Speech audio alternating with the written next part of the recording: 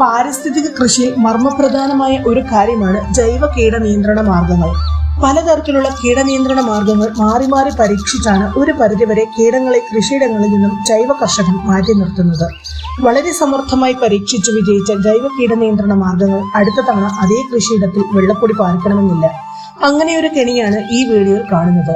കായീച്ചകൾക്കായുള്ള pheromone കെണി. ഇതിൽ പ്രധാനമായും 2 ഭാഗങ്ങളാണുള്ളത്: ഫിറോമോൺ ലിവറും കെണിപ്പാത്രവും. എതിർലിംഗത്തിൽപ്പെട്ട കായീച്ചകളെ ആകർഷിക്കാൻ പുറപ്പെടുവിക്കുന്ന രാസവസ്തുവായ ഫിറോമോണും അവ മയങ്ങുവാനുള്ള ഒരു കെമിക്കലും കൂടി കൂട്ടി ചെയ്താണ് ഫിറോമോൺ രൂപകൽപ്പന ചെയ്തിരിക്കുന്നത്. കെണിപ്പാത്രത്തിൽ മയങ്ങി വീഴുന്ന കായീച്ചകളെ കൊല്ലാനായി കഞ്ഞിവെള്ളമോ സോപ്പ് വെള്ളമോ ഉപയോഗിക്കാം. ശേഷം ലിവർ കൊണ്ട് തയ്യാറാക്കിയ കെണി കാറ്റിന്റെ ദിശയനുസരിച്ച് കൃഷിയിടത്തിൽ സെറ്റ് ചെയ്യാം. ഒരു ഫിറോമോൺ ലിവറിന്റെ കാലാവധി 2 to 3 മാസമായിരിക്കും. ശേഷം ഫിറോമോൺ ലിവർ പുതിയത് ഉപയോഗിച്ചാലും ആദ്യത്തെ റിസൾട്ട് കിട്ടണമെന്നില്ല. വിവിധ തരം കീടങ്ങൾക്കുള്ള ലിവറുകൾ വിപണിയിൽ സുലഭമാണ്.